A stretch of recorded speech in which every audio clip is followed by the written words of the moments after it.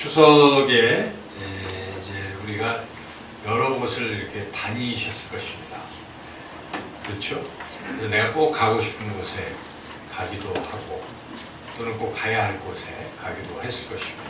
어떤 분들은 아예 그냥 꼭 가고 싶은 곳에 다 가서 가야 할 곳을 이제 못 가는 멀리 여행을 떠나는 분들도 계시죠. 그래서 우리가 부모님을 만나고 하는 그런 곳에는 꼭 가야 되잖아요.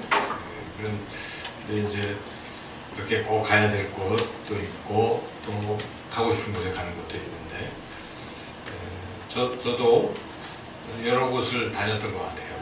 추석 기간에. 그래서 이제 어머님 모시고 이렇게 잠깐 귀국한 막내 동생과 함께 하루 코스로 저기 포천에 무슨 랜드인데 이름을 금방 잊어버렸어요. 포천 허브랜드.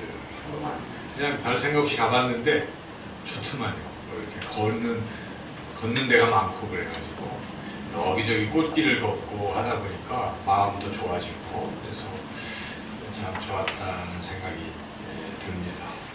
그리고 또 추석 때 어머님 댁에서 대추나무 열매를 또 우리 형님과 함께 따기도 하고 그리고 또 고장난 보일러를 또 함께 고쳐보기도 하고 그랬습니다. 그렇게 하고 또 이제 미국 가는 동생 공항으로 또 배웅도 하고 그리고 이제 집으로 돌아와서 아내와 함께 남한산성 여행 영화도 한 편 보고 그래서 한 많은 일을 했던 것 같아요. 그리고 또 처형댁도 방문했고 그러다가 또 어제는 우리 목사님 중에 한 분이 또 뇌졸중으로 이렇게 쓰러졌다는 소식을 듣고 병원에 또 방문하러 가봤는데 다행히 다시 괜찮아지셨더라고요. 그래서 그냥 일주일 내내 그렇게 보낸 것 같습니다.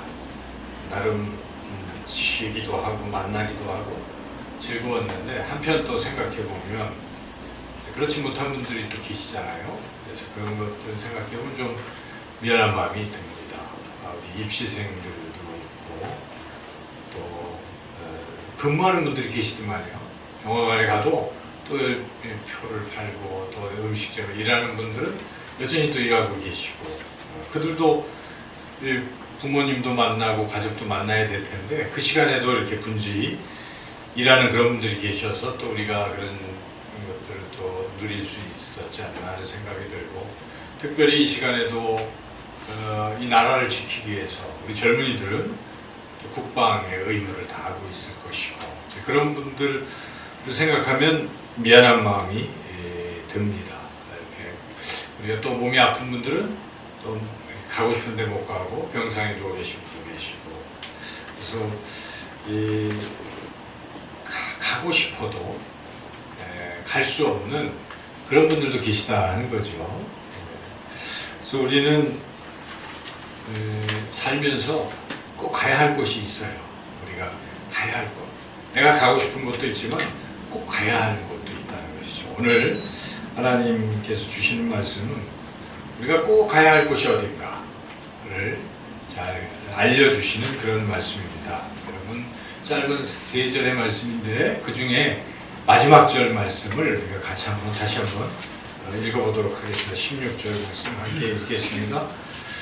그러므로 우리는 긍휼하심을 받고 때를 따라 돕는 은혜를 얻기 위하여 은혜의 보좌 앞에 담대히 나아갈 것이니라. 어디에 가야 되겠습니까?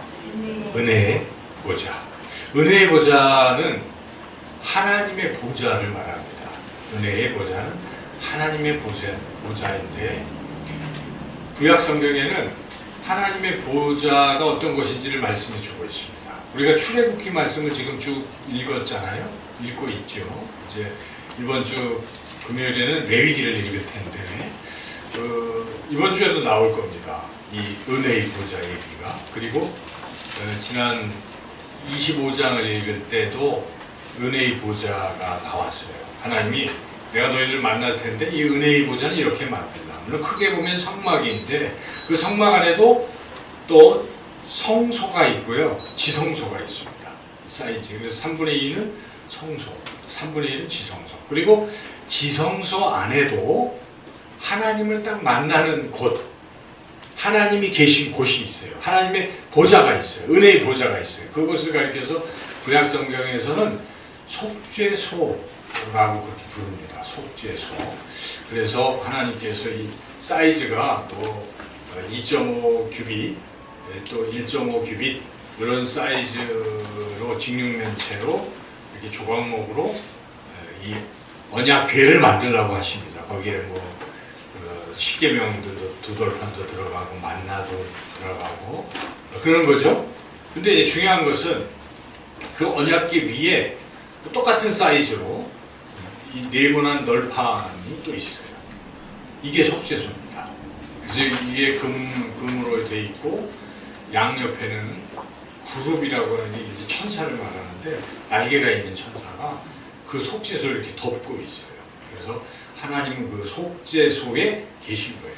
거기를 가리켜서 하나님의 보좌라고 하는 것입니다. 하나님의 보좌. 그래서 구약에서는 하나님의 보좌 할 때 그것을 속죄소라고 하고 옛날 또 다른 성경에서는 그걸 시은좌 이런 말도 써요. 은혜를 베푸는 보좌다. 시은좌라는 말도 어려운 말도 쓰는데 우리가 읽는 이 개역개정에는 속죄소라고 나옵니다. 속죄소.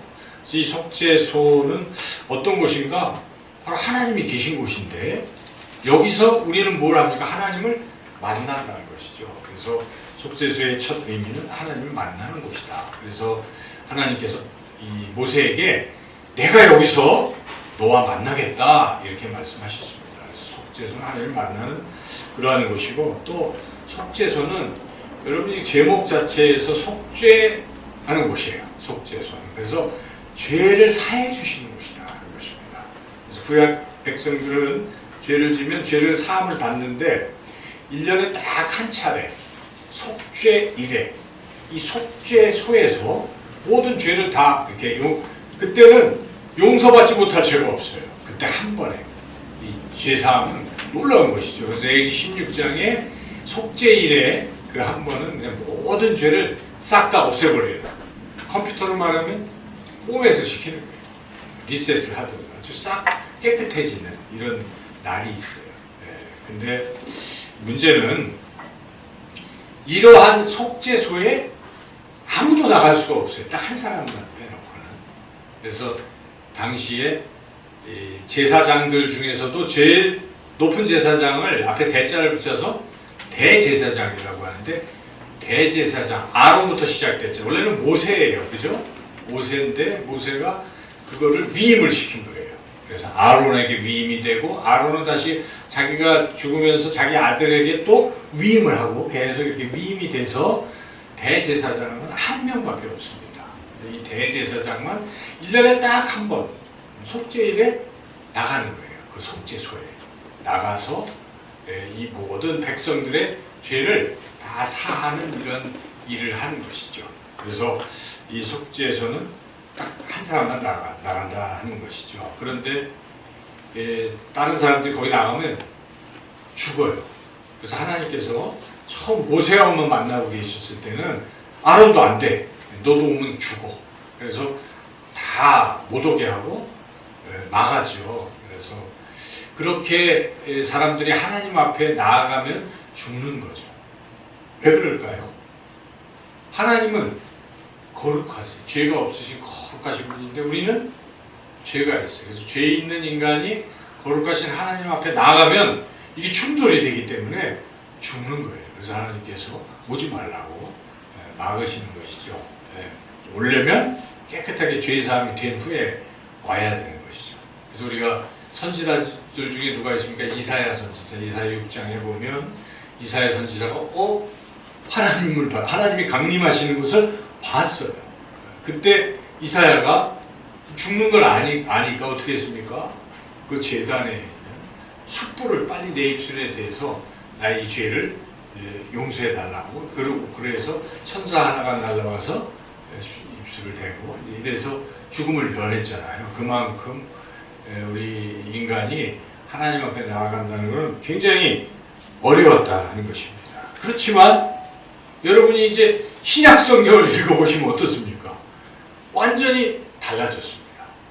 이 은혜의 보좌가 이제는 그러한 속죄소와 같이 나아갈 수 없는 그런 곳이 아니라는 것입니다. 이제는 누구나는 아니죠. 예수님을 믿는 사람은 누구나 나아갈 수 있는 장소가 되었다 하는 것입니다. 그래서 예수님을 통해서 누구나 하나님을 만나는 장소가 됐다 하는 것입니다. 어떻게 해서 그렇게 됐을까요?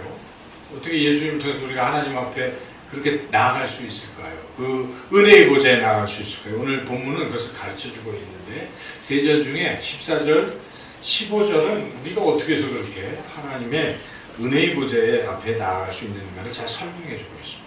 우리가 먼저 14절 말씀을 같이 한번 읽어보겠습니다. 그러므로 우리에게 큰 대제사장이 계시니 승천하신 이곳 하나님의 아들 예수시라 우리가 믿는 도리를 높게 잡을지어다. 우리가 여기 주목할 말은 대제사장이라는 말을 주목해야 되고, 아까 제가 말씀드렸지만 구약시대에는 대제사장만 하나님 앞에 나아갈 수 있죠. 그가 하나님 앞에 나아가는 이유는 무엇입니까? 이스라엘 백성들의 죄를 사하려고 그렇게 대표로 나가는 것이죠. 그래서 그가 있어야 우리가 죄상을 받는 것이죠. 그런데 여기에 예수님은 대제사장도 아니고 앞에 뭐가 하나 더 붙었어요? 큰 제사장이에요. 대제사장이다. 그러니까 그런 제사장들과는 비교가 안 돼요. 대제사장들과는 예수님은. 사실 그게 얼마나 비교가 안 되는지는 우리가 이제 5장부터 6장, 7장 읽어보면요. 차이가 얼마나 큰지를 이렇게 쭉 설명합니다. 바로 큰 대제사장이 예수님이시라는 것입니다. 그래서 그 예수님은 우리 모든 인류를 다 하나님 앞으로 나가게 할 수 있는 그런 분이라는 것을 지금 설명하고 있어요. 그 설명한 이유는 그런 거예요. 당시에 이 히브리서를 받는 사람들이 어떤 상태에 있었냐면 예수님을 믿고 이제 막 신앙생활을 시작했는데 거기에 제사장 출신들이 또 허다한 제사장의 무리도 예수님을 믿었거든요. 그들이 가만히 생각해 보니까 야 그래도 우리 왕년에 지냈던 제사 또 지내야 될 것 같아. 이런 얘기를 자꾸 하는 거예요. 그러니까 거기 다니던 성도들이 어떤 생각이 들어요? 그렇지 우리가 옛날에 제사 지냈잖아. 제사 지내야지 하면서 점점 예수님을 믿는 그런 신앙에서 이제 다시 옛날에 제사를 지내서 뭘 해보려고 하는 이런 상태로 돌아가고 있는 것입니다. 그래서 지금 히브리 기자가 그럴 필요가 없다. 그러면 안 된다. 예수님은 대제사장 정도가 아니라 큰 대제사장이시기 때문에 예수님 한 분으로 다 끝나는 것이다. 지금 그 얘기를 하려고 지금 여기서 시작을 하고 있는 거거든요. 이거 대제사장 얘기는 여기서부터 시작되거든요. 그래서 우리에게 큰 대제사장이 계시니까 그럴 필요 없다. 거기다 이분은 어떤 분이냐? 승천하신 분이시다. 승천하는 것은 무엇입니까? 당시에 이 성경에 하늘에 올라간다는 뜻은 무엇입니까? 하늘에 계신 하나님을 만난다는 뜻이거든요. 그러니까 이 대제사장이 1년에 한 번 정도 만날까 말까 했는데 예수님은 어떤 분이십니까? 예수님은 그냥 수시로 만나는 거예요. 그런 분이시니까 이분을 통해서 우리는 확실하게 하나님 앞에 나아갈 수 있다. 그 하나님의 아들 예수시라 우리가 그분을 굳게 믿어야 되겠다. 그분만 믿으면 그 누구라도 하나님의 보좌 앞에 나아갈 수 있다. 이것을 설명하는 것이죠. 또 그분이 어떤 분이신지 한 번 더 설명합니다. 15절 말씀을 또 같이 한번 읽어보겠습니다. 우리에게 있는 대제사장은 우리의 연약함을 동정하지 못하신 이가 아니요 모든 일에 우리의 똑같이 시험을 받으신 이로되 죄는 없으시니라. 예, 우선 이 대제사장은 우리를 얼마나 이해를 하시고 또 우리와 같이 함께 하느냐 하는 것을 설명하고 있잖아요.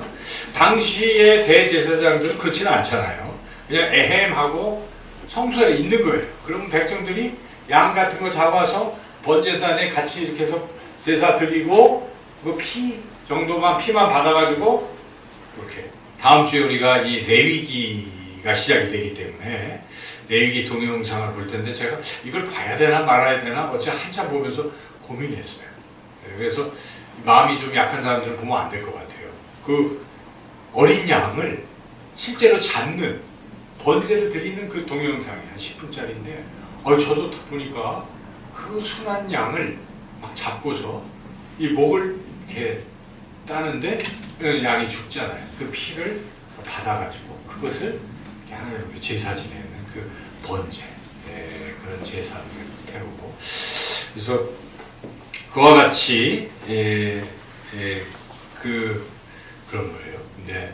여튼 우리 이 대제사장, 이 예수님은 우리의 그 모든 상황들을 다 아시고 우리 연약함도 다 아시고 이런 분이시다는 것이죠. 그래서 당시의 대제사장들은 그냥 구약의 대제사장들은 우리와 별로 상관없이 그냥 자기 할 일만 한다면, 이 큰 대제사장이신 예수님 어떠십니까? 우리와 이렇게 함께 하신다. 여러분, 우리 자신과 우리 주님은 늘 함께 하신 줄 믿습니다. 그래서 이 땅에 오신 거예요. 하나님께서 우리 인간의 모습이 되셔서. 그런데 당시의 대제사장들은 하나님 앞에 나아갈 때 그냥 못 나가잖아요. 한 번 나갈 때도요, 죄가 있어요. 대제사장이. 그래서 어떻게 합니까? 목욕하고 또 한 마리에 뭘 잡아야 돼요. 순양을 잡는지 제가 기억은 안 나는데, 레위기 16장에 보면 그 대제사장도 자기의 죄를 속하기 위해서 먼저 자기가 이 제사를 지내야 돼요. 깨끗게 한 후에 나아가니까 죄가 있어요. 그래서 이게 잘 안 되는 거죠. 그러나 우리 예수님은 죄가 없으신 분이에요. 그러니까 잘 할 수 있겠죠. 이러한 큰 대제사장 되신 예수님이시기 때문에 우리를 하나님 앞으로 충분히 확실하게 인도하실 수 있다. 그러므로 이 예수님을 믿으라. 지금 그렇게 촉구하고 있는 것입니다. 여러분, 예수님은 그런 분이십니다. 우리가 신앙생활을 할 때 중요한 것은 예수님이 누구신지를 알아야 돼요. 우리가 믿는 예수님이 과연 누구신가? 예수님은 우리의 모든 죄를 다 짊어지시고 우리의 죄를 다 사하시고 우리를 하나님 앞으로 나아가게 하시고 화목하게 하시는 그러한 분이신 줄로 믿습니다. 이 믿음이 없으면요, 신앙이 안 되는 거예요. 그러니까 예수님이 우리의 모든 죄를 짊어지고 우리를 하나님과 화목하게 하시는 이분이시구나. 이것을 우리가 굳게 믿어야 한다는 것입니다. 그런 믿음을 가지고 우리는 하나님 앞에 이렇게 담대하게 이렇게 나아가게 된 줄로 믿습니다. 그래서 이제 신약에서 말하는 은혜의 보좌는 우리가 그렇게 하나님 앞에 담대히 나아가는 거예요. 그래서 사도 바울은 이렇게 말합니다. 우리가 그 안에서 그를 믿음으로 말미암아 담대함과 확신을 가지고 하나님께 나아감을 얻느니라.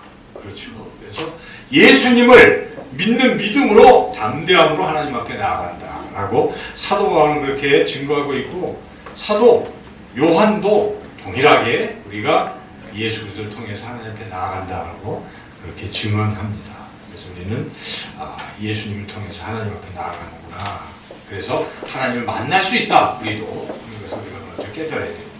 또 이 신약에서 말하는 은혜의 보좌는 오늘 본문에서 두 가지를 더 추가적으로 우리에게 말씀해 주고 있는데, 그것은 16절에 나와 있습니다. 먼저 16절의 앞부분을 짧게 받고까지 한번 같이 읽어보겠습니다. 그러므로 우리는 긍휼하심을 받고, 은혜의 보좌 앞에서 가서 우리가 뭘 받습니까? 긍휼하심을 받는다는 것입니다. 긍휼하심이라는 것이 무슨 뜻입니까? 긍휼하심은 불쌍히 여김이라는 뜻인데, 이 헬라어 또 이 헬라어로는 이제 헤세드인데요. 지금 우리가 이제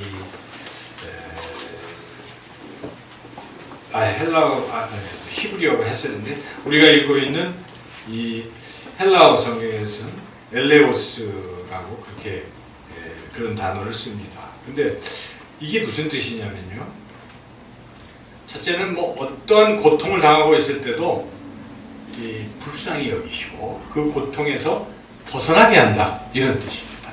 불쌍히 여긴다는 것은 그냥 우리는 불쌍히 여기면 마음으로만 동정하지만 하나님의 불쌍히 여기심, 이 헤세드는요, 그 불쌍한 모든 상태를 바꿔주시는 것까지 포함하는 거예요. 이러한 긍휼하심을 얻는다는 것이고, 또 한 가지 중요한 게 있어요. 그것은 어떠한 죄도 용서하신다는 것입니다. 우리가 하나님의 말씀을 불순종하고 살 수 있잖아요. 한 주간 이렇게 저렇게 죄를 많이 져도 이 은혜의 보좌 앞에 나오면 어떻게 되는 겁니까? 긍휼하심을 얻는 것입니다. 다 용서받는다는 뜻입니다. 어떠한 죄도 용서하신다는 뜻이 있어요. 긍휼하신, 불쌍히 여기시는 거예요. 죄를 지은 우리도 불쌍히. 그래서 우리는 하나님 앞에 나오는 게 얼마나 좋은지 깊이 깨달아야 됩니다. 하나님 앞에 나오면 우리의 모든 고통, 어려움도 다 하나님이 불쌍히 여기시고 해결해 주시는 자리입니다. 그리고 이 은혜의 보좌는 우리가 어떤 죄를 지었을지라도 나오면은 다 용서하시는 그러한 너무나 귀한 그런 자리다 하는 것입니다. 여러분 이 말씀을 꼭 믿으시고 하고 힘이 들고 아프고 어렵고 어떤 상황이 있을지라도 하나님의 은혜의 보좌 앞에 나오시기를 축원합니다. 그리고 내가 비록 죄책감 어떤 잘못을 했을지라도 나오기만 한다면 다 용서하시는 거예요. 안 나와서 문제인 것이죠. 은혜의 보좌 앞에 나오시라는 것입니다. 나오면 내가 다 너를 불쌍히 여기고 용서하겠다는 것이 오늘 하나님 우리에게 주시는 그런 귀한 말씀이에요. 마지막으로 이 은혜의 보좌가 어떤 자리인가 16절 뒷부분을 또 한번 마저 읽도록 하겠습니다. 돕는 때를 따라부터 시작. 때를 따라 돕는 은혜를 얻기 위하여 은혜의 보좌 앞에 담대히 나아가야 할 것이니라. 때를 따라 돕는 은혜를 주신다는 것입니다. 은혜의 보좌. 말이 은혜잖아요. 은혜를 주십니다. 그게 어떤 은혜냐면 때를 따라 돕는 은혜. 때를 따라라는 말이 굉장히 중요한 말인데요. 이게 이제 잘 이해가 안 갈 수가 있는데 영어로 하면은요 꼭 필요한 때예요. 또 다른 말로는 적시에, 아주 적시에. 영어로 한다면 이게 타임리 이런 뜻이거든요. 적시에, 때에 딱 맞춰가지고 그런 거예요. 이걸 우리가 이해하기 쉽게 생각하려면 여러분이 그 야구 좋아하잖아요. 그죠? 야구 그러니까 눈이 버쩍 뜨시는 분들이 계시죠. 야구 좋잖아요. 재밌잖아요. 근데 야구 할 때 우리는 안타를 기다리잖아요. 홈런도 기다리고 우리 편 해가지고 내가 지지하는 팀이 안타를 치기를 바라고 쳐다보잖아요. 근데 이 만루가 됐어요. 그런데 투아웃인데 안타를 못 치면 어떻게 해요? 굉장히 허탈하죠. 점수가 안 나니까. 그런데 그때 누군가 안타를 치면 어떡합니까? 막 박수를 치고 좋아하죠. 요때 안타를 그냥 안타라고 안 합니다. 적시 안타, 타임리 힛 이렇게 얘기해요. 그래서 아주 때 맞춰서 딱 바로 그 때를 맞추는. 우리 인생에서 요때 꼭 필요할 때가 있잖아요. 이때 도와주면 얼마나 좋을까. 다른 때는 잘도 도와주는데 이때 안 도와주는 거예요. 그러면 이게 안 맞잖아요. 그런데 하나님은 그 때를 아십니다. 그래서 그때에 딱 도와주시는 거예요. 아주 그때예요. 물론 우리가 그때를 결정하는 거 아닙니다. 나는 막 이게 제일 필요할 때라고 생각했는데 우리 인생을 지나고 보면 그때보다 하나님이 도와주신 그때가 가장 적신 줄로 믿습니다. 때는 하나님이 결정하세요. 그래서 단지 우리는 뭘 해야 돼요? 은혜의 보좌 앞에 나아가는 건 우리가 해야 됩니다. 안 나가고 도움을 얻을 수가 없어요. 성경 분명히 은혜의 보좌 앞에 나아가는 목적을 말씀하시잖아요. 그렇죠? 때를 따라 돕는 은혜를 얻기 위하여 나아가라는 것입니다. 나아가지조차 않는다면 이러한 은혜를 얻을 수가 없어요. 이 적시에 이 참 중요하죠. 제가 이번에 또 여행 얘기를 해서 죄송한데 이 시간이 참 적시가 중요하다는 생각을 했어요. 거기 가는 중에 제인폭포라는 곳이 또 있더라고요. 누가 추천해 주셔서 거기를 또 쫙 갔어요. 그랬더니 사람들이 오긴 왔는데 다들 막 어떤 사람은 막 발을 내면서 괜히 왔다고 신혼 부부가 막 그러더라고요. 왜 그런가 하고 제가 이렇게 보니까 폭포인데 물이 하나도 없는 거예요. 지금은 물이 없어. 그래가지고 볼 게 없어요. 물이 없습니다. 폭포는 물이 쏟아지는 걸 보는 맛인데 그게 없잖아요. 그래서 때를 잘못 맞췄구나. 그래서 실망하는 마음으로 그럼 여기까지 왔으니 연천에 태풍 전망대가 있으니 북한 땅이라도 한번 보고 가자. 요즘 하도 어수선하잖아요. 그래서 가자 하고 또 거기서 좀 멀리 떨어진 거리를 또 갔어요. 그랬더니 위병소에서 군인들이 가로막는 거예요. 오면 안 되더라고요. 왜? 뭔 일이 있습니까? 시간이 지났어요. 그러더라고요. 그래서 4시까지만 한대요, 여러분. 4시 이후에 가니까 그것도 못 보고, 그래서 제가 2번에 걸쳐서 때를 못 맞췄구나 하는 생각을 했습니다. 우리 인생에도 때가 있잖아요, 때가. 여러분, 꼭 필요한 때 기도하지 않고 있으면 어떻게 될까요? 도움을 못 얻습니다. 은혜의 보좌에 나가지 않으면 우리가 그 하나님의 적시의 도움을 얻을 수가 없다 하는 것입니다. 그 다음에 여기 또 중요한 단어가 은혜라는 말이에요. 은혜를 우리가 쉬운 말로 하면 뭡니까? 공짜예요. 공짜예요. 얼마나 좋습니까? 여러분, 저도 이번에 좋더라고요. 그 공항에 갔다 오는데 돈을 한 푼도 안 냈어요. 옛날에 굉장히 비싸요. 8,000원인가 뭐 했는데 하나도 안 내더라고요. 알고 보니까 몇 대가 지금 추석 기간에는 모든 데가 다 공짜예요. 공짜면 얼마나 좋습니까? 우리 인생에서 이런 도움을 받는데 뭐 어떻습니까? 은혜로 공짜로 주신다 하나님께서 그러신 것입니다. 우리가 열심히 뭘 노력하고 착한 일을 해서 우리에게 오는 이런 게 아니에요. 은혜, 성경이 말하는 이 구원과 때를 따라 돕는 은혜는 뭡니까? 하나님이 그냥 주시는 겁니다. 단지 안 받으면 소용없어요. 하늘에서 비가 내리고 은혜를 막 주는데 내가 우산 쓰고 막 거부하면 어떻습니까? 못 받는 거예요, 자기가. 나가지 않으면 못 받습니다. 여러분께서 잘 이렇게 봐야 돼요. 어디서 공짜로 주는 거 있으면 가서 잘 받아야 되는데 어리석게도 그걸 모르고 또는 믿지 않고 그래서 못 받으면 그 자기 손해인 거죠. 하나님은 우리를 사랑하시기 때문에 우리가 이 땅에서 살아가는 동안 풍성한 것을 준비하시고 주시는 줄로 믿습니다. 여러분, 신앙은요, 잘 생각해야 돼요. 그냥 죽어서 천국 가는 것만이 신앙이 아닙니다. 천국을 꼭 우리는 죽음 뒤에로 생각하는데 그것은 참 오해예요. 성경은 그렇게 말씀하지 않습니다.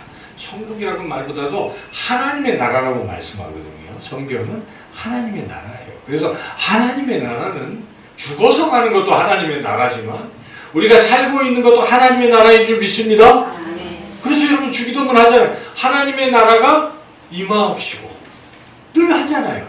하나님, 제 인생에서 하나님의 나라가 제 마음에 임하게 해주시고 제가 사는 삶의 터전이 하나님 나라 되게 해주세요. 간절한 소망을 가지고 살아가면 하나님의 나라가 임하는 줄로 믿습니다. 하나님의 나라는 세상이 말하는 먹는 것, 마시는 것이 아닙니다. 세상사의 가치관으로 보면 세상 나라는 돈 잘 먹고 잘 사는 것은 하나님 좋은 걸로 자꾸 생각하지만 그게 아니에요. 돈보다 더 중요한 것은 우리 마음의 평강이요 기쁨이요, 그러한 또 서로 사랑으로 나누는 그런 귀한 자리, 그런 귀한 것들인 줄로 믿습니다. 이런 것들이 우리에게 임하는 거예요. 이번 추석 연휴에도 어떤 분들은 아무리 뭐 먹을 거 많이 먹고 즐길 거 즐기다가도 대판 싸우고 나오면 뭡니까? 여기가 지옥이에요. 지옥이 따로 없어요.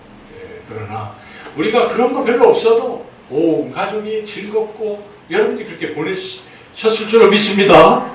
그런 하나님 나라를 우리 경험하면서 살아가잖아요. 하나님 나라. 이게 바로 행복한 것입니다. 이러한 하나님의 나라가 우리에게 공짜로 임하는 것입니다. 우리가 할 일은 뭐예요? 딱 한 가지입니다. 여기에 딱 하라는 것은 두 가지죠. 사실은 14절에 뭐 하라고 해요? 믿는 도리를 굳게 잡을지어다. 예수님을 믿으라는 것입니다. 예수님 믿으십시오. 그리고 또 16절에 예수님 믿으면 우리에게 특권이 주어지잖아요. 은혜의 이 보좌에 나아갈 수 있는 특권이 주어지잖아요. 특권이 있는데도 사용하지 않으면 안 되잖아요. 그 은혜의 보좌 앞에 어떻게 하라고요? 나아가라는 것입니다.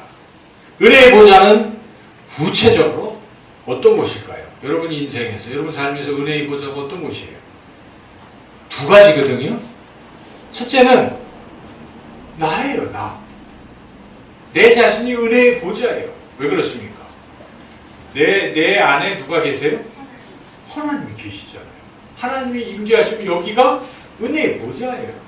그런데 내가 하나님이 내 안에 계신데도 불구하고 내가 지금 이미 은혜의 보좌 앞에 있는데도 불구하고 이거를 못 느끼고 살아간다면 상당히 어리석은 것입니다. 그래서 우리가 24시간 숨 쉬면서 항상 나는 은혜의 보좌에 있구나. 은혜의 보좌 앞에 있구나. 그래서 하나님과 어떻게 해야 되겠어요? 자꾸 대화하고 기도하고 이렇게 살아가는 거예요. 호흡처럼. 하나님. 이거 어려운 거 같아도 쉬운 것이고요. 쉬운 것 같아도 어려워요. 그냥 이렇게 생각하면 참 쉽습니다. 수시로 길을 걸어가면서 나 혼자 다니는 게 아니에요. 누가 같이 계세요? 하나님 나와 함께 하세요. 그래서 우리 그냥 위험할 때도 하나님 저를 지켜주세요. 아플 때도 하나님 안 아프게 해주세요. 하나님 도와주세요. 모르는 거 있으면 어떻게 해야 되겠어요? 하나님 알려주세요. 보여주세요. 이렇게 사는 게 신앙입니다. 이게 은혜의 보좌 앞에 나아가는 신앙인데 이거를 못하고 그냥 경직되게 은혜의 보좌는 교회만 은혜의 보좌인 줄 알아요. 잘못 생각하는 겁니다. 은혜의 보좌 가장 중요한 것은요. 내 안에 하나님 계시니까 늘 나는 은혜의 보좌에 있어요. 그래서 여러분 날마다 은혜의 보좌 매 순간 은혜의 보좌 앞에 나아가신 여러분들이 되시길 축원합니다. 또 한 가지 은혜의 보좌가 있습니다. 그것은 공동체예요. 교회 공동체예요. 너희들이에요. 너희들. 포도나무 비유를 잘 읽어보면 두 가지 다 얘기해요. 제가 원어로 오늘 새벽에 찾아봤어요. 그러니까 너희들 가지를 얘기할 때 너희가 내 안에 포도나무인 내 안에 붙어 있으면 그리고 또 때로는 내가 한 사람을 얘기도 하고 또 공동체를 얘기하기도 합니다. 그래서 여러분 이 교회 공동체는 굉장히 중요한 것입니다. 우리가 교회를 우습게 알잖아요. 어떤 사람들은 교회를 건물로만 생각해요. 그래서 우리 교회는 무슨 건물도 없고 막 초라해 막 지저분해. 그거 잘못 생각하는 거예요. 교회 그게 아닙니다. 교회는 예수님을 믿는 여기 모여서 예배드리는 우리가 교회인 줄로 믿습니다. 이 공동체가 얼마나 소중합니까? 그런데 하나님은요 한 개인에게도 임하시지만 너희들 가운데 있겠다라고 말씀하시거든요. 너희가 두세 사람이 내 이름으로 모인 것에 너희가 함께 하겠다라고 말씀하십니다. 그러므로 우리가 예수님 믿는 우리가 서로 이 주님의 이름으로 함께 모이잖아요. 목장 모임 얼마나 소중한지 모릅니다. 이 모임 속에 누가 계세요? 하나님이 계신 거예요. 그런데 내 안에 계시는 하나님만 우리가 생각하는데 공동체 안에 임하신 하나님 더욱더 강력한 것입니다. 더 능력이 나타나는 거예요. 그래서 하나님이 교회를 세우신 것입니다. 그리고 교회는 예수님 믿는 사람들이 모이면 이렇게 중요하구나 생각하시고 모이기에 힘써야 되는 것이에요. 그래서 뒤에 10장에 보면 어떤 사람은 모이기를 피하는 것을 그런 습관을 자꾸 가지고 다른 사람들에게 야 그만 모이자. 여러분 그만 모이자고 하는 사람은요 하나님의 사람들이 아닙니다. 저는 아무리 교회 권사님이 옛날에 어떤 분이 그만 모이자고 해서 제가 좀 속으로 진노했어요. 아니 주님은 모이기에 힘쓰라고 지금 그날이 가까울수록 모이기에 힘쓰라고 히브리서 10장 25절에서 말씀하시는데 저는 성경대로 우리 살아야 되는데 어째서 모이는 것을 자꾸 폐하려고 하는가? 이건 잘못된 것입니다. 그것은 하나님의 뜻을 거역하는 거예요. 여러분 다른 건 다 용서를 받아도요 성령을 회방하는 자 하나님의 뜻을 거역하는 죄를 범하면 안 됩니다. 우리 신앙생활 때 잘해야 돼요. 이게 하나님의 뜻이구나. 그래서 특히 교회 와서 조심해야 돼요. 공동체와 이럴 때 우리가 알면 얼마나 알겠어요. 잘 모르잖아요. 그러므로 성경에서 뭐라고 말씀하시면 잘 들으시고 그러면 잘 순종을 해야 되는 것이죠. 그래서 항상 이 공동체라는 건 굉장히 중요한 것입니다. 그래서 공동체의 모임에 힘써야 돼요. 신앙이 좋은 사람은요 모이기에 힘쓰는 사람입니다. 공동체 교회 같이 모인다? 그럼 어떻게 생각해요? 야 이게 얼마나 중요한가. 그런데 어떤 사람은 세상 사람들 모이는 건 그렇게 중요하게 여기는데 교회? 그건 제격 우선순위에서 항상 뒷전에 두면요 표 안 나옵니다. 결국은 나중에 주일도 안 지켜요. 어떨 때는 통제에 의해서 있었지만 나중에 자기가 가치관이 그렇게 서버리면 안 하는. 그래서는 하나님이 약속하신 이 때를 따라 돕는 은혜와 또 우리의 무한한 사랑과 용서와 이런 것을 우리가 경험할 수가 없어요. 하나님의 은혜를 경험하지 못하잖아요. 점점 사람은 고갈되는 거예요. 그래서 하나님을 안 찾게 되는 거예요. 하나님은 없다라고 말합니다. 그래서 혼자 살다가 세상에서 힘들게 어렵게 살다가 이 생을 마감하면 하나님과 상관없는 곳에서 영원한 곳에 살게 되는 것입니다. 그게 신앙의 흐름이에요. 흐름. 그래서 교회에서 가장 강조하는 것은 이 공동체, 교회 공동체에 항상 뭐 해야 되겠어요? 모여야 돼요. 새벽에 왜 우리가 모여야 됩니까? 집에서 혼자 만나도 되지만 그래도 공동체가 하나 모여서 공동체를 위해서 같이 기도하면 놀라운 역사가 일어나기 때문에 그래. 해가 피곤하고 해도 나는 하나님의 은혜의 보좌 앞에 교회 공동체가 모이는 곳에 내가 있으리라. 이런 결단을 하는 사람들이 있다면 이 교회는요 정말 하나님의 은혜가 늘 날마다 폭발적으로 그렇게 임하게 될 줄로 믿습니다. 이 은혜의 보좌 앞에 함께 자꾸 나아가려고 하시고 은혜의 보좌 앞에 또 어떻게 나가냐 나머지 두 가지를 오늘 본문에서 더 말씀하고 있습니다. 그것은 담대히 나아가라는 것입니다. 담대히. 그래서 항상 여러분 아무리 내가 죄를 짓고 내 상황이 아무리 어려워도 뭐 이런저런 눈치가 보여서 교회를 못 나오겠다 할지라도 나오십시오. 일단 그렇죠? 나오면 하나님이 다 해결하시는 거예요. 항상 나오십시오. 나오는 게 중요해요. 그리고 마지막으로 나올 때 나 큰 맘 먹고 한번 나오겠다 결단을 해요. 한 번, 두 번 그리고 아유 됐어 할 만큼 했어. 그게 성경적이 아닙니다. 오늘 이 본문에 나아갈 것이니라 하는 이 말씀은 이게 시제로 보면 헬라어의 시제로 보면 현재. 근데 헬라어는 현재와 과거의 뜻이 명확해요. 과거는 1회죠. 한 번 하면 끝이에요. 한 번만 하면 되는 것입니다. 과거. 근데 현재형은 계속형이에요. 계속 된다는 뜻입니다. 그러니까 나아갈 것이니라 했을 때는 뭐라는 것입니까? 한 번만 나와라는 뜻이 아니겠죠? 계속 쉼없이 끊임없이 나와라. 여러분 은혜의 보좌 앞에 이 좋은 자리에 나오는 것은요 한 번, 10번, 100번, 1000번, 10,000번 계속 반복돼도 더 좋은 것인 줄로 믿습니다. 그래서 이제 우리가 추석 연휴 끝자락에서 우리 결단해야 됩니다. 은혜의 보좌 앞에 내가 담대히 날마다 계속해서 또 우리 교우들과 함께 더불어 나아가리라. 이렇게 결단하시는 저와 여러분 모두가 되시기를 주님의 이름으로 축원합니다.